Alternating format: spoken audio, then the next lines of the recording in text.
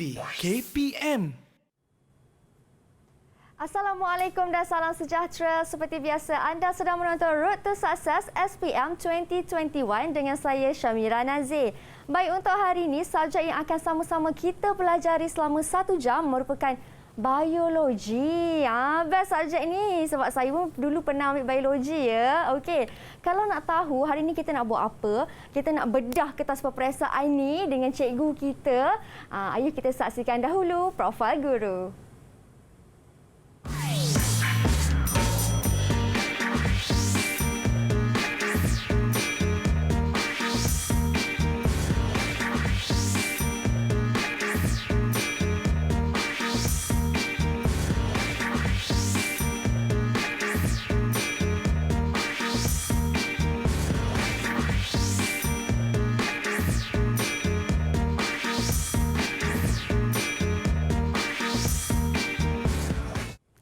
Baik, itu dia cikgu kita, Cikgu Zamimah dari Sekolah Sultan Alam Shah Putrajaya. Assalamualaikum cikgu. Waalaikumsalam Mira. Apa khabar cikgu, sihat? Sihat, alhamdulillah. Terima kasih cikgu kerana sudi bersama dengan kami hari Sama-sama. ini.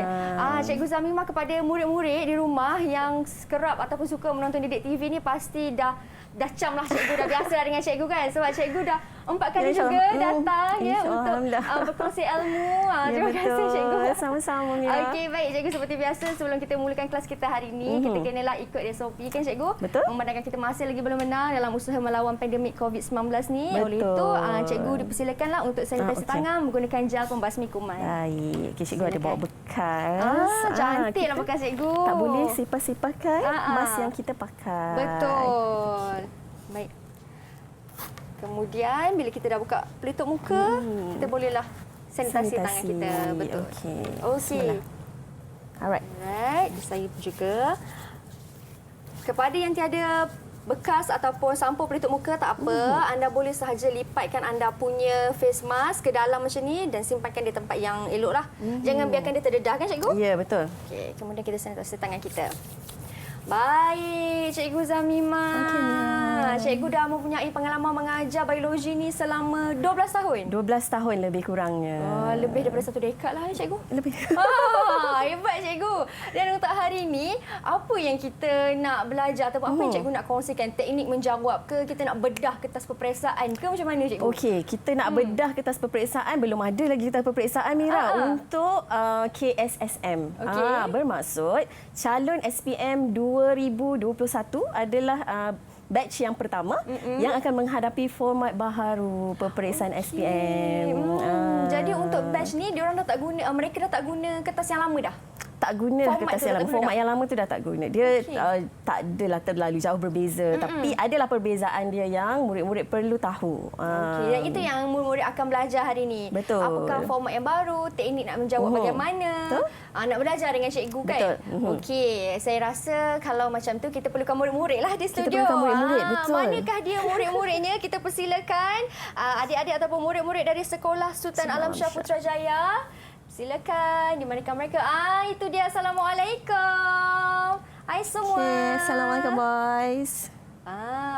Ni semua anak-anak murid cikgu lah. Semua anak murid cikgu. Okey, baik. Mungkin semua lelaki lah ya, tak ada bunga-bunga ya. Sekolah lelaki ya cikgu. Sekolah lelaki, betul. Okey, mungkin anda boleh perkenalkan diri dahulu. Silakan. Siapa dulu? Bismillahirrahmanirrahim. Assalamualaikum. Nama saya Syekh Ahmad Syukur Al-Masri. Saya pelajar Sekolah Sultan Alam Shah dan saya anak murid Cikgu Zamimah. Wah, itu dia. Syekh Aiman. Seterusnya. Assalamualaikum warahmatullahi wabarakatuh. Nama saya Haziq Shah bin Zulfat Isyah. Saya dari Sekolah Sultan Alam Shah. Dan juga saya tak sabar nak belajar bio dengan Cikgu Zamimah. Iya. Saya pun tak sabar. Walaupun tak ambil kan. Okey, silakan. Assalamualaikum warahmatullahi wabarakatuh. Nama saya Ahmad bin Syaiful Nizam. Saya di Sekolah Sultan Alam Shah. Jadi saya tak sabar juga nak belajar dengan Cikgu Zamimah yang merupakan cikgu favourite saya. Wow, cikgu favourite. Okey. Seterusnya yang terakhir. Bismillahirrahmanirrahim. Assalamualaikum warahmatullahi wabarakatuh. Nama saya Faizal. Saya merupakan pelajar sekolah Sultan Alamsyah dan subjek biologi merupakan subjek kegemaran saya. Wah, itu dia. Alhamdulillah. Semua murid-murid kita suka subjek ni kan, cikgu? Suka subjek biologi. Betul. Macam mana katalah, cikgu kesayangan ataupun cikgu favourite mereka tau. Maksudnya Cikgu Zamimah Alhamdulillah, memang secondary school lah. Ya, Alhamdulillah. Cikgu Zamimah memang mempunyai pengalaman yang sangat bagus dalam mengajar mata pelajaran ni kan. InsyaAllah, cikgu cuba bagi yang terbaik. Okey, baik. Sebabkan mereka pun semua suka subjek ni. Mereka pun kata cikgu ajar best kan. Cikgu pun dah tak sabar nak mengajar. Saya pun sama, tak sabar nak juga tahu apakah format yang baharu untuk adik-adik kita yang bakal menduduki kertas SPM 2021 ni. Tapi macam biasa cikgu, kita berhenti berehat dahulu. Boleh? Okey, kita berhenti berehat dulu. Jangan ke mana-mana. Hanya di Road to Success SPM 2021.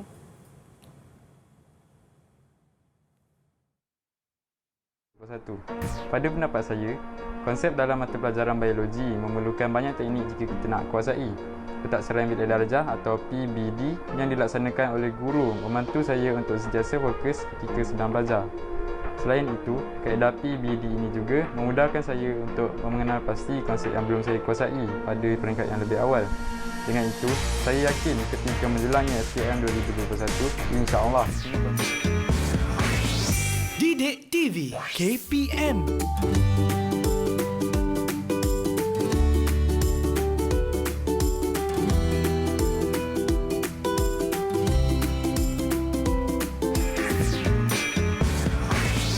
Didik TV KPM.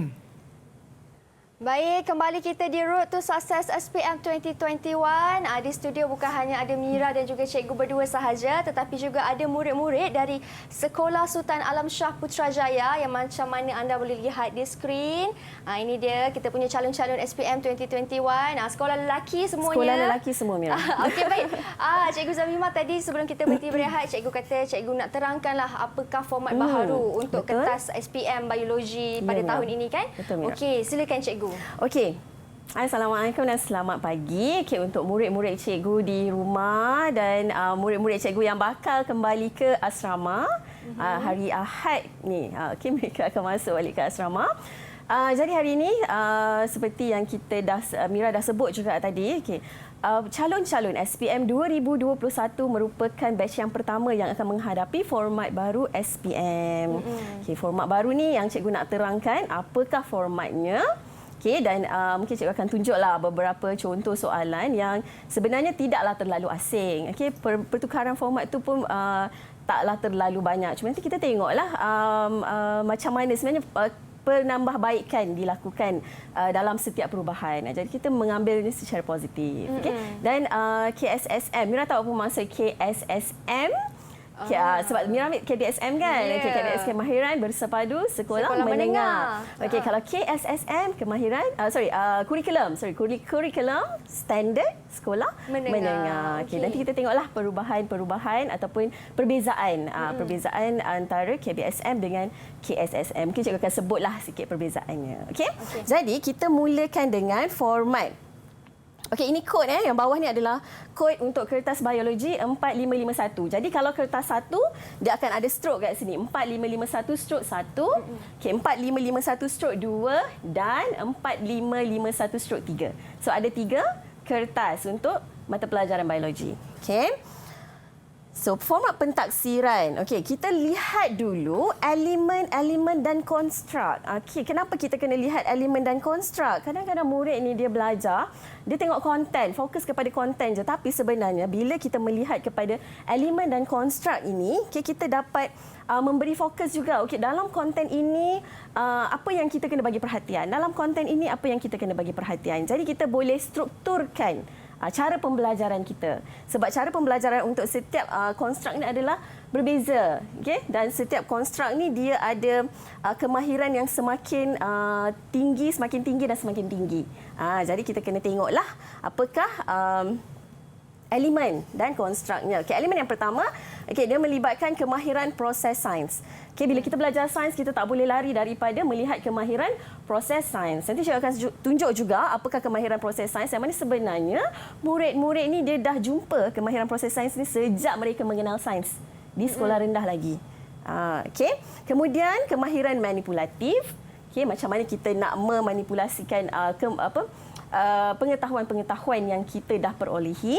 Okay, kemudian kita ada sikap saintifik dan nilai-nilai murni dalam setiap pembelajaran cikgu percaya dalam semua subjek. Okay, nilai-nilai murni ni sangat-sangat ditekankan. Kalau murid-murid perasan dalam buku teks di akhir setiap bab, mesti dia kaitkan dengan konsep kita dah pelajari dengan nilai-nilai murni. Okay.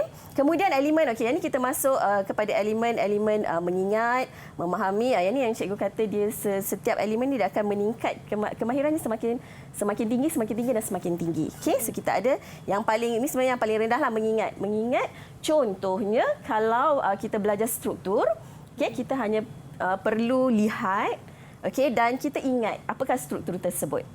Kemudian dia masuk kepada memahami. Memahami ni kalau kita dah tengok struktur, kita dah hafal struktur tersebut, kita kena tahu dan faham fungsi. Itu peringkat memahami. Kemudian mengaplikasi. So peringkat dia akan combine lah, mengingat, kita kena ingat, kita kena faham, baru kita boleh mengaplikasi. Mengaplikasi ni selalunya dalam aplikasi dalam kehidupan seharian kita lah.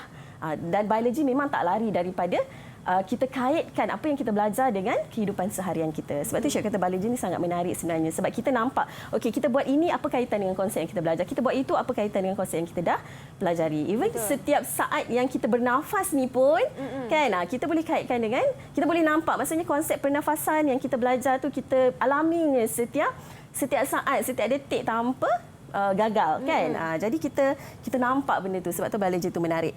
Okay, kemudian kita dah boleh mengaplikasi, kita boleh menganalisis. Menganalisis maksudnya kita perlu mengingat, kita perlu memahami, kemudian kita boleh mengaplikasi, baru kita boleh menganalisis. Okey, kemudian menilai dan mencipta. Maknanya kemahiran ni semakin tinggilah. Dia kena kuasai yang lain-lain tu dulu, baru boleh sampai kepada mencipta. Okey. Baik, untuk kertas macam cikgu dah sebut tadi, kertas peperiksaan ni murid-murid. Okey, kita ada 3 kertas. Okey, 1, 2, 3. Kod yang cikgu dah sebut tadi, 4551. Ingat 4551 adalah untuk biologi. So stroke 1 untuk kertas 1, stroke 2 untuk kertas 2 dan stroke 3 untuk kertas 3. Okey, stroke 1 ataupun kertas 1 merupakan ujian objektif. Okey, yang ni yang murid-murid paling suka. Betul? Kenapa? Sebab kalau dia tak tahu dia boleh tembak. Tapi betul. Untuk murid-murid, cikgu, di sekolah dan di rumah jangan tembak. Sebab apa? Sebab kita dah belajar. Bila kita dah belajar, kita nak cuba jawab yang terbaik. Okey, jawapan paling tepat. Kemudian kita ada kertas 2 ujian subjektif. Yang ni selalunya murid dia akan struggle sikit untuk kertas 2 sebab ni tak boleh tembak-tembak. Dia kena keluarkan balik apa yang dia dah pelajari tu, dia kena ikutlah tadi elemen-elemen konstruk-konstruk tadi tu, dia kena tahu, dia kena boleh ingat, dia kena faham dan seterusnya. Okey, kemudian kertas 3, kertas 3 ni dia ada perubahan yang agak besar. Okey, dalam format SPM 2021 berbanding dengan format yang sebelum ini. Nanti kita bincanglah apa perbezaan dia. Baik. Okey? Alright. Kemudian kita pergi kepada kertas 1. Okey, kertas 1, jenis instrumen dia adalah ujian bertulis. Okey, awak kena duduk dalam bilik peperiksaan. Okey, dan ada kertas soalan dan ada kertas jawapan. Okey, kertas jawapan dia kalau cikgu percaya murid-murid ini pernah menjawab menggunakan kertas jawapan objektif. Okey, yang kita hitamkan A, B, C, D tu kan. Okey, jenis item dia adalah objektif yang mana dia ada pilihan jawapan. Yang ni dia lain sikit. Pilihan jawapan A, B, C dan D. Atau A, B dan C. Kalau sebelum ni kita tengok A, B, C, D, A, B, C, D, A, B, C, D kan. Tak ada A, B, C. So yang ni dia ada A, B, C, D. Ada juga soalan yang mungkin dia bagi 3 sahaja pilihan jawapan. Okey. Tak pastilah lagi senang ke lagi sukar kalau murid-murid ni rasa pilihan jawapan tu sikit kan. Okey, kemudian ada aneka gabungan. Aneka gabungan ni pun cikgu rasa murid-murid faham yang dia ada statement 1, 2, 3, 4. Lepas tu kita gabungkan. Gabungan yang mana yang paling tepat. Okey. Kemudian bilangan soalan ni pun berbeza berbanding dengan format yang sebelum ni. Sebelum ni kita ada 50 soalan. Okey, dan kali ini kita ada 40 soalan sahaja. Jadi markah yang lain yang 10 tu pergi mana? Dia akan pergi ke kertas yang lain lah. Okey, so 40 markah. Bermaksud satu soalan, satu markah. Okey.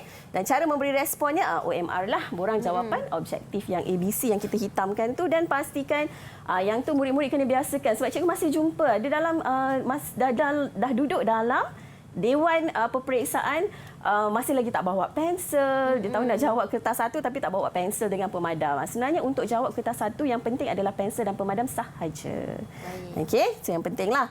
Kemudian tempoh ujian adalah 1 jam 15 minit. Yang ni cikgu suka sebab 40 soalan 1 jam 15 minit. Betul, cikgu. Kalau yang sebelum ni 50 soalan, masa yang sama juga, 1 jam 15 minit. Oh, baik. Jadi maksudnya masa tetap sama. Masa tetap sama tapi bilangan soalan yang berubahlah. Bilangan soalan dia dah kurang 10 soalan. Okey? Baik.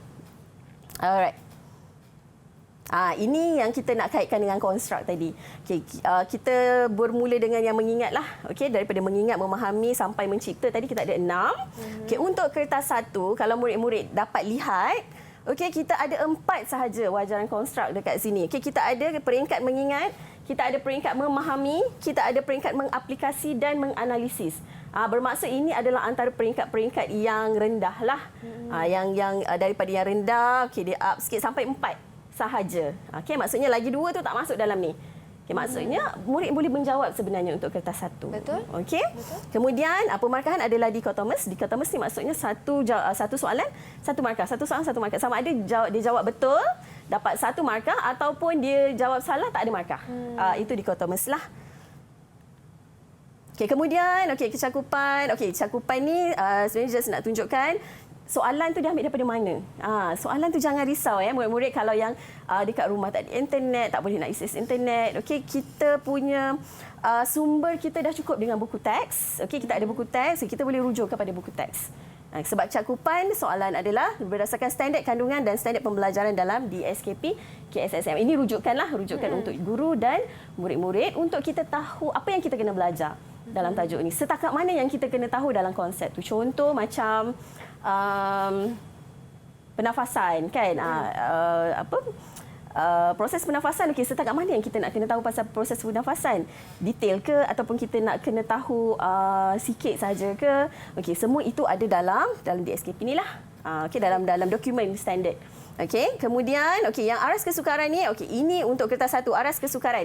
Yang ni pun cikgu suka nak tunjuk supaya murid tahu sebenarnya awak boleh skor. Okey, awak boleh skor dengan baik sebab aras rendah. Aras rendah maksudnya soalan yang senang.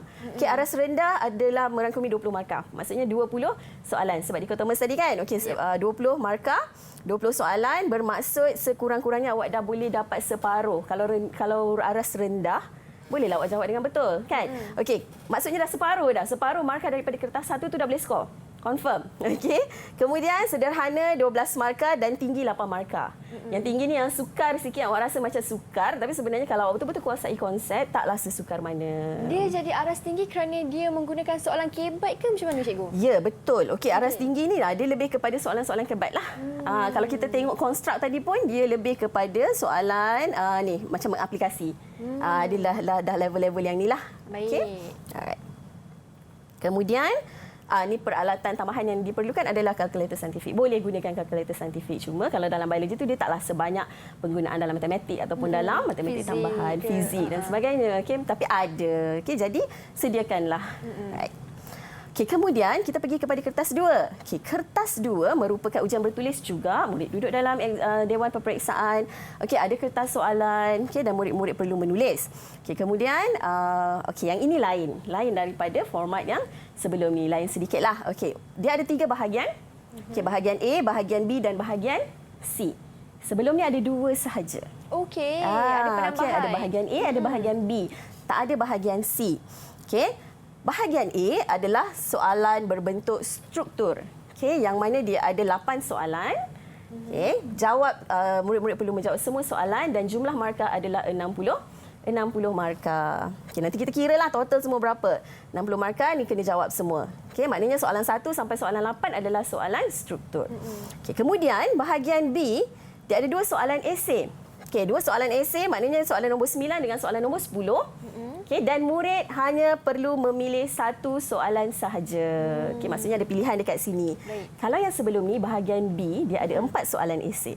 Okey, 4 soalan esei dan murid perlu memilih 2. Okey, yang ini dia ada 2 soalan, murid boleh pilih 1. Okey, dan cikgu nasihatkan supaya murid jangan menjawab dua-dua. Kadang-kadang dia rasa macam tak confident lah satu ni nak jawab dua-dua. Okey, cikgu nasihatkan untuk mengelakkan awak menjawab dua-dua sebab dia akan mengambil masa yang lama. Okey, jadi fokus kepada satu soalan, baca soalan betul-betul dan cuba untuk jawab dengan tepat. Okey, kemudian bahagian C, okey, satu soalan esei. Okey, yang ni dia tulis item respon terhad.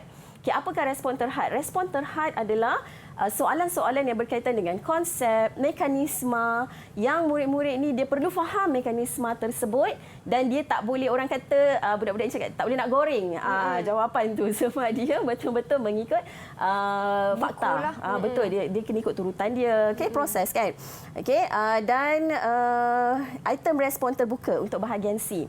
Okay, yang ini kalau dalam peperiksaan yang sebelum-sebelum ni memang murid sangat berminat untuk jawab item respon terbuka. Okay, kenapa? Sebab biasanya soalan dia berkaitan dengan pencemaran, soalan dia berkaitan dengan diet kita. Okey, yang mana sebenarnya murid-murid ini boleh memberi pendapat. Okey, ini tanya pasal pendapat kita lah. Ya, berdasarkan pendapat, tapi masih lagi berpandukan kepada fakta yang telah kita pelajari. Jadi, bila berdasarkan pendapat, dia rasa macam, aku boleh buat ni, aku boleh tulis panjang-panjang sampai 2 muka surat dia boleh tulis. Tapi, kadang-kadang murid-murid ini dia tak dapat nak mengaitkan dengan fakta. Sebab tu bahayanya respon terbuka, itu bahayanya respon terbuka lah. Tapi kebaikannya adalah murid-murid ini biasanya dia ada idea apa dia nak tulis. Okey? Cuma kemahiran untuk mengaitkan dengan konsep yang kita pelajari. Okey, yang ni 20 markah. Jangan lari dari panduan apa yang kita dah belajar. Betul, sebab apa yang kita dah belajar tu itulah sebenarnya yang nak diuji dalam setiap peperiksaan. Itu murid-murid kena ingat peperiksaan adalah untuk menguji kita punya pemahaman. Kita punya penguasaan dalam satu-satu mata pelajaran. Jadi apa sahaja soalan yang ditanya, mestilah berdasarkan kepada apa yang telah kita pelajari. Bukan di luar daripada pengetahuan kita sebenarnya. Sebab tu cikgu tunjuk tadi konstruk. Adakah ini peringkat mengingat? Kalau mengingat, memahami itu insya-Allah cikgu rasa murid-murid ini dia sebenarnya lebih kepada 2 konstruk ni. Sebab kalau nak exam je semua menghafal, buka buku tebal-tebal, selak kan. Okey, tapi sebenarnya dia lupa yang untuk nak mengaitkan, mengaplikasi, menganalisis semua tu, itu adalah sama juga berdasarkan kepada konsep yang kita dah belajar, cuma tahap pemikiran kita tu kita kena up lagi. Dia memang rasa macam susah sikit biasanya kalau proses berfikir ni murid-murid ni samalah macam kita pun kan, kadang-kadang kita rasa macam sedikit sukar. Tapi sebenarnya itulah yang kita kena buat untuk menguasai. Itu adalah format kertas 2. Boleh ke murid-murid cikgu? Okey semua. Cuba tunjuk thumbs up sikit kalau thumbs faham. Thumbs up kalau okey. Okey, awak kena bagi perhatian sebab cikgu rasa awak belum dapat lagi set peperiksaan yang komplit, mengikut format yang baru ni kan. Jadi sila bagi perhatian, kalau boleh catat lebih baik. Boleh catat, ada buku catatan dekat depan awak.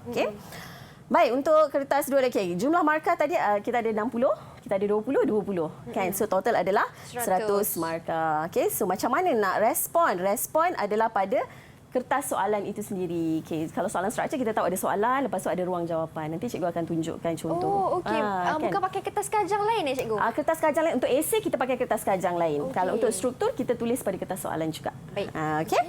Alright, kemudian tempoh ujian adalah 2 jam 30 minit. So ingat, kalau kertas tu 2 jam 30 minit, pastikan awak dah siap-siap ke toilet, awak dah siap-siap makan. Kan? Sebab 2 jam 30 minit ni kita nak menjawab. Okey, so sama juga wajaran. Okey, kalau kita nak tengok beza wajaran konstruk yang disediakan dalam kertas 2 berbanding kertas 1, tadi kita ada mengingat. Kertas 1 kita ada memahami, kita ada mengaplikasi dan kita ada menganalisis. Tapi untuk kertas 2 ni dia up lagi, menilai dan mencipta. Maksudnya dia punya tahap pemikiran yang awak kena perah sikit. Awak punya pemikiran tu adalah kepada menilai dan mencipta juga. Walaupun sebenarnya dia punya pembahagian dia ada sedikit je lah untuk soalan yang menilai dan mencipta ni. Tapi masih lagi awak perlu mencuba untuk menjawab dengan tepat. Kemudian pemarkahan kalau tadi dikotomis, yang ni adalah analytical. Analytical ni bermaksud dia cara pemarkahan dia adalah mengikut point. Kalau ada poin jawapan tu, okey, kita consider 1 markah. Okey, kalau misal kata pemarkahan tu 2 markah yang diperuntukkan. Kalau ada 2 poin, barulah murid boleh dapat 2 markah. Okey, so maksudnya tak semestinya kalau dalam jawapan dia tu ada jawapan yang salah, kita tengok ada jawapan yang betul tak. Kalau ada jawapan yang betul, masih lagi ada markah. Kalau yang kertas 1 tadi, sama ada betul ataupun salah sahaja. Okey, sama ada markah 1 ataupun tak ada markah. Okey. Itu kertas 2. Okey, cakupan sama. Okey, kita merujuk kepada standard kandungan dan standard pembelajaran dalam DSKP. Ini dokumen yang kita rujuk, okey, untuk pembelajaran. Setakat mana yang kita nak belajar, setakat mana yang kita perlu tahu. Kadang-kadang murid ini terlalu advance. Bila dalam kelas kan tanya soalan, kita ni macam doktor. Cikgu kena tahu semua. Yes, okey, memang cikgu akan cuba untuk tahu semua, untuk jawab apa yang murid tanya. Tapi awak sendiri, okey, kalau awak terlalu curious, okey, awak kena back to di SKP kita ataupun buku teks kita. Okey, setakat mana yang awak perlu tahu, sebab cikgu takut kalau satu-satu konsep tu awak terlalu advance, okey, nanti konsep-konsep lain mungkin akan keciciran. So kita kuasai dulu apa yang ada dalam buku teks, apa yang ada dalam silibus kita, lepas tu barulah kita dig lagi ataupun kita cari lagi knowledge. Okey, memang eloknya macam itulah. Okey, kita cari lagi sebab sumber kita adalah unlimited kan, pelbagai. Okey, kita boleh tengok dalam internet. Tetapi bahayanya dalam internet tu sebab tak ada kesahihan. Jadi apa-apa pun kalau ada query ataupun ada percanggahan, okey, percanggahan konsep yang kita dapati dalam soalan, okey, ataupun dalam konsep yang kita belajar, kita kena rujuk kepada buku teks. Okey. Alright. Kemudian aras rendah, sederhana, tinggi pun kalau kita tengok aras rendah ni banyak markah dia, 50 markah. Bermaksud separuh. Kan daripada 100 tadi tu, betul. Separuh, maksudnya separuh memang dah confirm dapat dah. Okay, kalau separuh 50, grade awak apa? C kan? Sekurang-kurangnya C tu dah dapat dah. So biology ni memang takkan boleh fail. Dah kredit lah sekurang-kurangnya kan? Dah kredit lah kan? So memang takkan boleh fail. Jadi jangan risaulah, okey? Kadang-kadang budak-budak ini takut nak start belajar lagi, dah baru nak berkenalan, especially murid tingkatan 4 kan, baru nak berkenalan dengan subjek biologi dah takut dah kan. Okey, don't worry, biologi tak susah. Okey, dan kalkulator juga boleh digunakan. Seterusnya, okey, kertas 3. Kertas 3 ni yang lain. Sebelum ni kita sit in, kita duduk dekat meja, tulis atas kertas. Okey, masa 2 jam. Masa 1 jam 30 minit. Okey, yang ini kita kena duduk dalam makmal. Okey. Sebab dulu cikgu masa saya ambil kertas 3 ni, saya jawab eksperimen punya soalan. Betul ke cikgu? Ya, betul. Eksperimen. Kertas 3 memang berkaitan dengan eksperimen. Cuma yang kali ini kita kena hands on murid-murid. Kita kena buat. Awak kena Aiman, awak kena guna cikgu akan tengok macam mana cara awak guna apparatus. Okey? Alright. Jadi instrumen dia adalah ujian amali. Item dia ada 2 jenis, ada item subjektif, ada item berstruktur. Okay, berstruktur ni murid-murid kalau dia ambil PT3, dia akan biasalah dengan item berstruktur ni. Okey, kemudian bilangan. Okey, bilangan dia ada 3 soalan. 3 soalan ni maksudnya awak akan jawab 3 subjek serentak mengikut subjek yang awak daftarkan. Okey, kalau macam sekolah Sultan Alam Shah, mungkin dia ambil fizik, kimia, biologi. So 3-3 ni dia kena jawab sekali. Okey. Okey. So setiap item adalah 15 markah. Masih ada kertas. Okey, tapi kertas tu adalah untuk awak menjawab, okey, sambil membuat eksperimen, menjalankan amali. Okey. Maksudnya dia punya penilaian tu daripada pemerhatian cikgu ataupun daripada penilaian pemerhatian penilai, okey, dan juga daripada kertas jawapan murid-murid. Okey.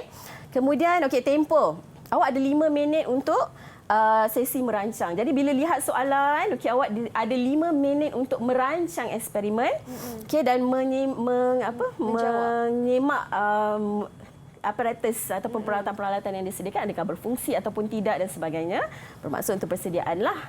Okey, kemudian masa menjawab adalah 40 minit.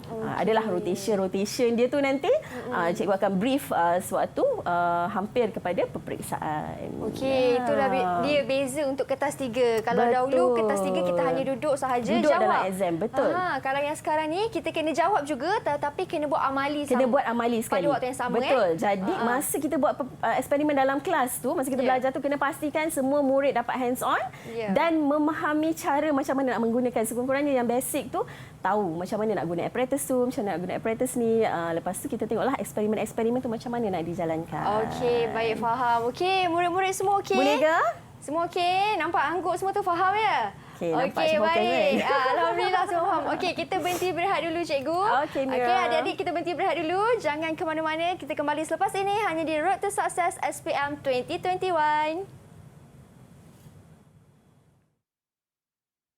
Mata pelajaran biologi merupakan mata pelajaran yang sangat menarik dan bermanfaat bagi saya.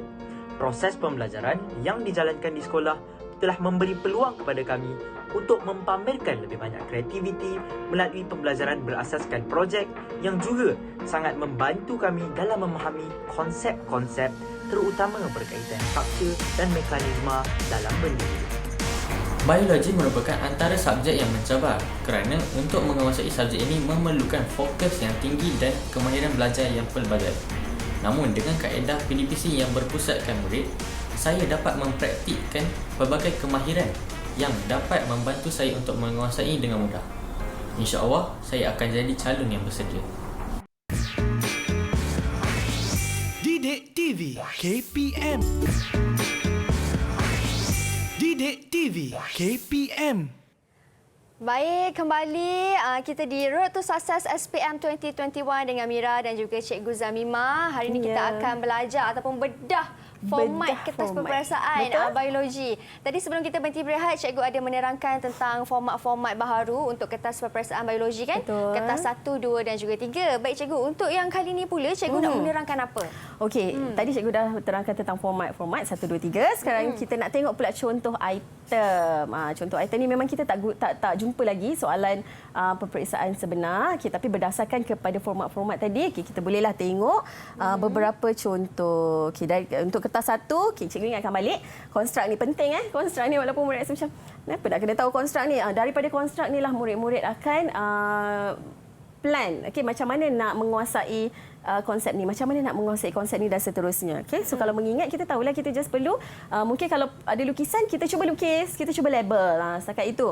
Kemudian kalau perlu memahami, kita kena hafal apa fungsi-fungsi dia dan sebagainya. Kalau mengaplikasi, yang ni kita kena cuba buat banyak contoh-contoh latihan, contoh-contoh soalan, kemudian menganalisis. So ini konstruk untuk kertas 1, ada 4 je daripada 6.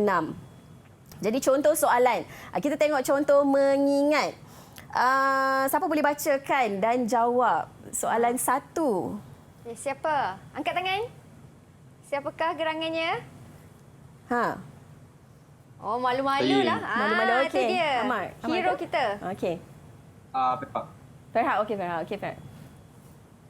Saya cuba dulu. Okey, cuba. Kalau salah tak apa. Cikgu betulkan.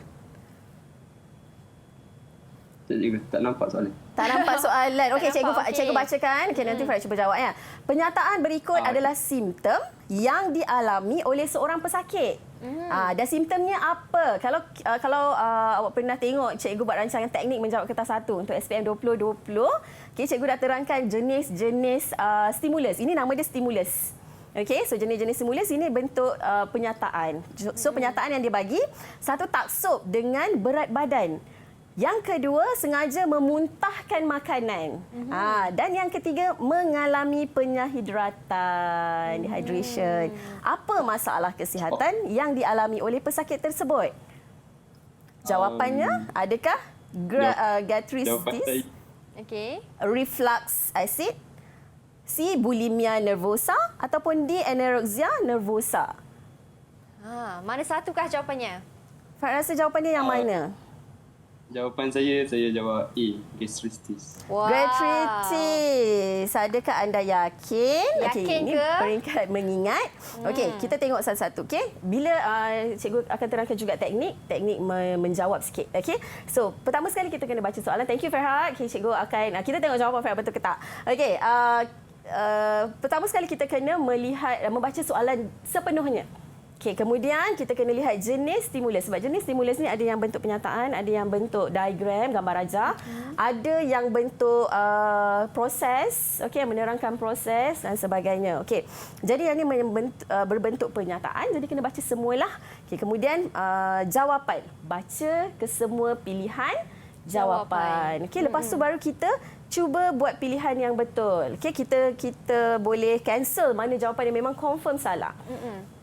Okey, kalau dekat sini sebenarnya dia punya keyword dia adalah sengaja memuntahkan makanan.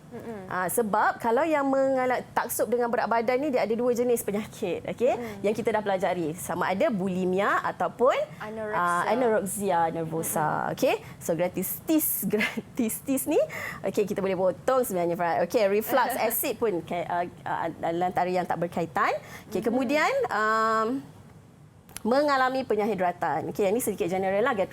Penyakit-penyakit lain yang berkaitan dengan macam food poisoning pun boleh menyebabkan penyahidratan. Tapi dia punya keyword dia ini. Okey, penyakit yang berkaitan dengan bulimia nervosa sebenarnya. Okey, sebenarnya dia adalah sejenis penyakit mental yang mana dia akan makan dengan banyak, kemudian dia akan rasa bersalah, okey, kemudian dia akan muntahkan makanan tersebut. Di awalnya dia akan sengaja memuntahkan, tapi lama kelamaan sistem badan akan detect, okey, itu keperluan badan dia. Jadi setiap kali makan dia akan muntah, lepas makan dia akan muntah. Lama kelamaan badan dia tak ada nutrisi. Wow, okay? macam tu. Betul. Okay, kalau macam nervosa ni memang dia totally avoid makanan. Langsung tak makan, langsung, sebab cikgu? dia rasa macam dia gemuk walaupun dia kurus sebenarnya, tapi dia rasa dia gemuk. Jadi dia avoid. Dia mengelak untuk makan. Okey, thank you Fred. Okey, kemudian ini mengingat kemudian kita pergi kepada memahami. Okey, siapa boleh baca? Saya, cikgu. Okey, silakan Amar. Silakan. Amar. Dalam bahasa Melayu ataupun Inggeris, cikgu? Bahasa Melayu, Amar. Bahasa Melayu. Kolagen diperlukan untuk membentuk sejenis tisu dalam manusia. Okey. Apakah alasan terbaik untuk mengambil kolagen? Okey, collagen. Okey, kalau dalam soalan kita tengok dia ada bahasa Melayu, bahasa Inggeris. Okey, dua bahasa sebab kita ada DLP, Dual Language Program. Maksudnya ada murid-murid yang terpilih ni dia akan belajar sains dalam bahasa Inggeris. Jadi kita provide dua-dua lah. Kita bagi dua-dua, bahasa Melayu, bahasa Inggeris, yang mana mengikut keselesaan murid-murid. Jadi yang ini dia ada statement. Okey, ini pun dia punya stimulus dia adalah penyataan. Okey, kemudian soalan dia, apakah alasan terbaik untuk mengambil kolagen? Kalau kita tengok dalam iklan pun banyak kan. Okey, nutrisi ni ada kolagen, nutrisi ni ada kolagen, kan. So apa sebenarnya kegunaan kolagen? Jadi kita boleh tengok dekat sini, okey, jawapan ni memang panjang sikit. Tapi memang kena baca semua supaya kita boleh dapat jawapan yang terbaik. Itu teknik menjawab kertas 1. Okey, cikgu pergi terus kepada jawapan. Untuk yang ini kita ada A sebagai komponen untuk membentuk otot regang di dalam kulit. Okey, ataupun sebagai tisu adipos di bawah kulit, ataupun sebagai tisu epitelium di bawah kulit, ataupun sebagai tisu penghubung bergentian di dalam kulit. Okey, kalau kita tengok sekali pandang, okey, mungkin jawapan dia A sebab kolagen ni untuk meregangkan kan. Okey, tapi kalau dalam konsep yang kita pelajari, okey, kolagen adalah sebenarnya sejenis tisu penghubung. Okey. So sebagai tisu penghubung bergentian di dalam kulit. Baik. Okey. Alright. Boleh memahami? Maksudnya apa? Awak kena baca dan kena faham. Konsep ni awak kena faham apakah fungsi-fungsi. Okey, fungsi struktur ataupun fungsi bahan yang kita belajar dalam biologi. Okey, seterusnya mengaplikasi. Ada yang boleh jawab tak mengaplikasi? Level up sikit ni. Apa tu cikgu? DNA. Apa ni? Aiman? Okey, Aiman. Silakan Aiman. Apa ni Aiman? Saya layu. Okey, silakan. Ni cap jari Raja 29 menunjukkan cap jari DNA daripada satu pasangan suami isteri. Okey. Ni bukan cap jari kita tahu, ni cap jari DNA. Ni nama dia DNA fingerprint. Bukan cap jari yang ni, tapi DNA fingerprint, satu teknologi untuk mengesan. Okey, mengesan hubungan DNA anak dengan mak dan bapanya. Okey. So baca dulu soalan. Okey, dah baca. Kemudian soalan dia apa, Aiman? Antara berikut berikut yang manakah kemungkinan cap jari DNA anak pasangan tersebut? Betul. So dia bagi DNA fingerprint ataupun cap jari DNA suami, cap jari DNA isteri. Kemudian dia bagi 4 pilihan jawapan. Dia suruh pilih yang mana satu cap jari DNA anak untuk pasangan ini. Jadi cara nak menjawabnya adalah kita kena compare. Okey, line yang warna hitam ni antara suami dengan isteri, yang manakah antara keempat-empat anak ni ataupun antara keempat-empat pilihan ni yang match ataupun yang bersesuaian paling banyak dengan pasangan suami isteri ni. Okey, jadi sebenarnya dia punya kaedah dia kita kena conteng sikitlah. Okey. Yang kita kira yang ni ada match tak? Okey, contoh yang ni kan. Garisan yang ni, garisan yang ini, okey, ada tak match dengan mak atau ayah? Kalau kita tengok kat sini tak ada. Okey, so kita tak boleh tick dekat situ. Okey. Kita tengok next. Okey, next yang bawah lah. Okey, yang bawah ni ada tak match dengan mak atau ayah? Tak ada. Ada. Ada. Dekat mak dia ada kan? Okey, so kita boleh kira sebagai satu. Okay, lepas tu kita tengoklah line-line yang lain. So bila kita dah letak semua, okey, Aiman ada jawapan tak? Apa jawapannya Aiman? Untuk yang ni saya rasa C kot. C kot. Okey, C. Jawapan dia jawapan dia C. Okey, kenapa jawapan dia C? Kalau kita dah buat apa yang cikgu tunjukkan tadi, okey, kita akan dapati C akan match ataupun sesuai lebih banyak garisan ni dengan suami dan isteri ataupun mak dengan ayah ni berbanding dengan pilihan yang lain. Okey, sebab kita ada yang ni match dengan mak. Okey, yang ini match dengan ayah, yang ini match dengan mak. Okey, yang ini ada match dengan ayah, yang ini match dengan mak. Boleh katakan semua match. Baik. Maksudnya kena kira-kira lah kan, ikut. Ya, dia kena tengok. Okey, yang ni match tak? Yang ni ada tak? Yang ni ada tak? Sama ada dengan mak ataupun dengan ayah. Baik. Senang je sebenarnya yang ni. Tapi bila tengok yang ni kan, murid akan macam, alamak apa benda ni? Kalau tak buat latihan sebelum ni. Sebab tu, cikgu pesan kalau kertas satu, pastikan awak buat latihan yang banyak. Sebab bentuk soalan adalah pelbagai, bentuk stimulus juga adalah pelbagai. Baik. Tapi sebenarnya konsep yang kita dah belajar. Sebab tu biologi ni yang dia sukar sedikit. Okey, bagi cikgu lah. Okay, sebagai cikgu, konsep tu insya-Allah tak ada masalah untuk murid-murid kuasai. Tapi untuk mengenal pasti atau untuk memahami soalan tu mungkin ada sedikit masalah sebab dia tak nampak angle mana sebenarnya yang ditanya. Dalam konsep yang sebenarnya dia dah belajar. Okey, so kena buat latihan. Right?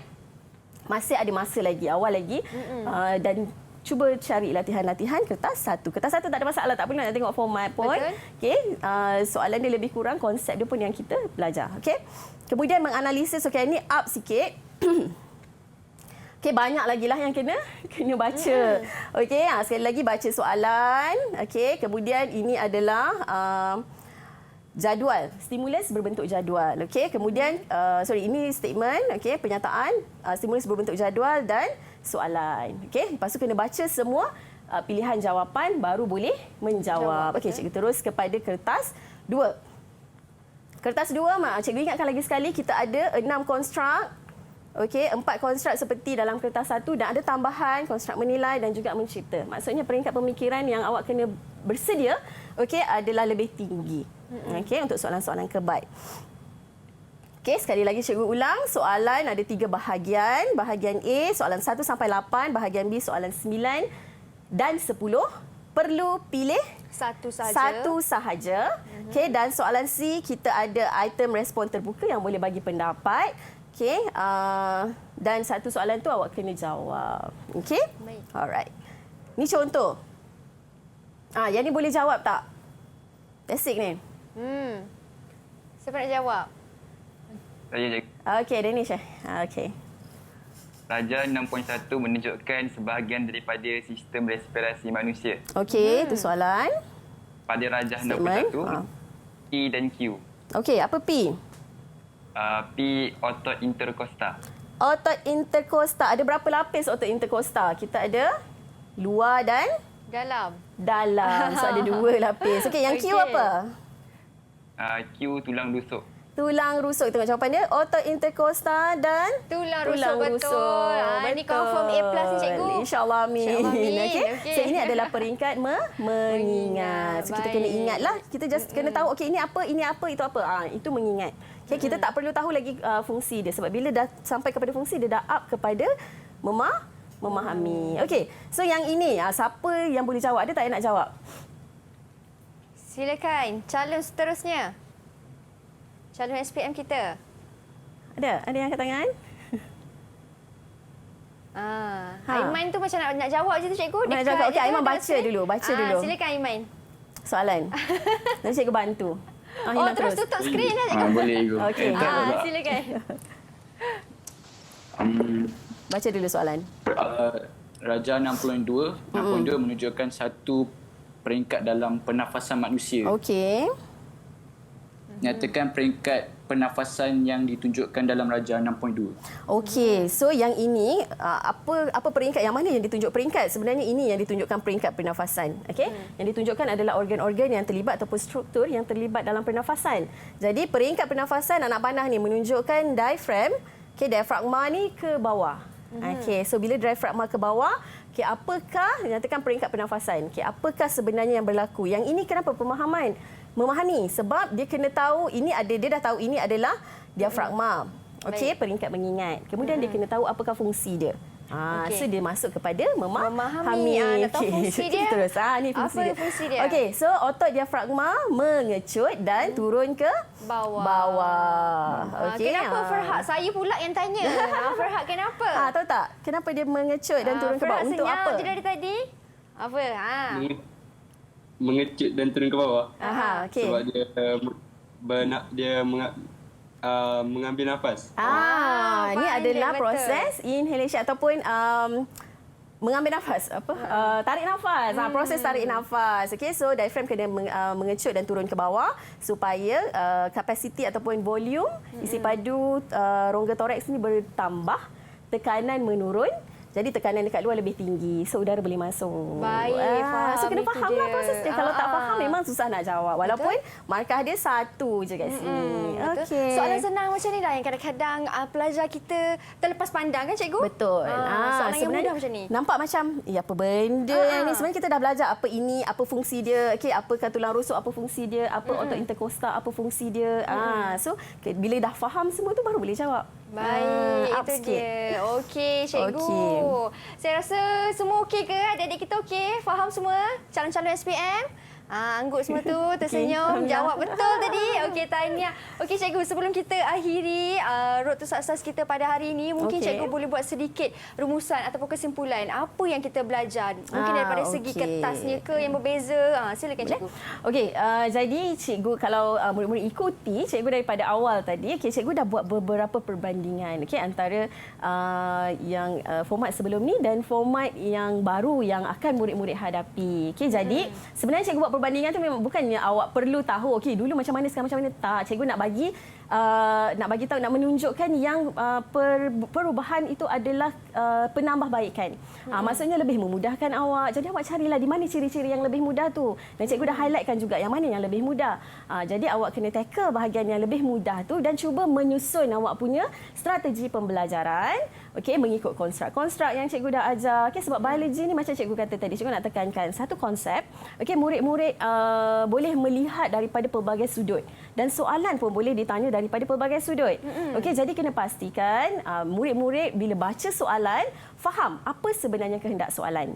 Sebab dan kena sentiasa ingat soalan yang ditanya adalah untuk menguji apa yang awak dah pelajari.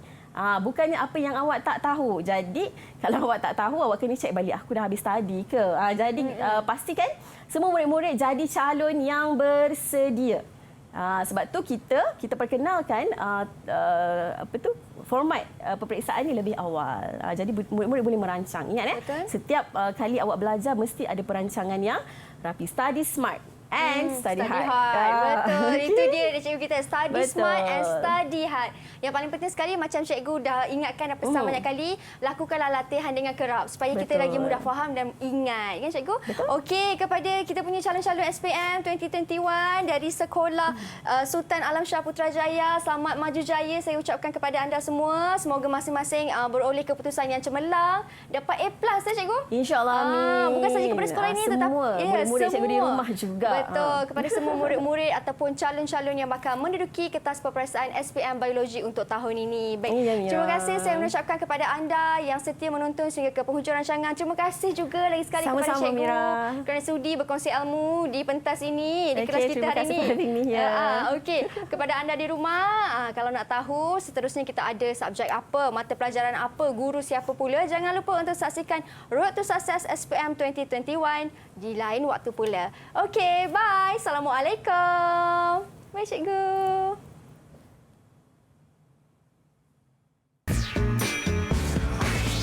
Didik TV KPM.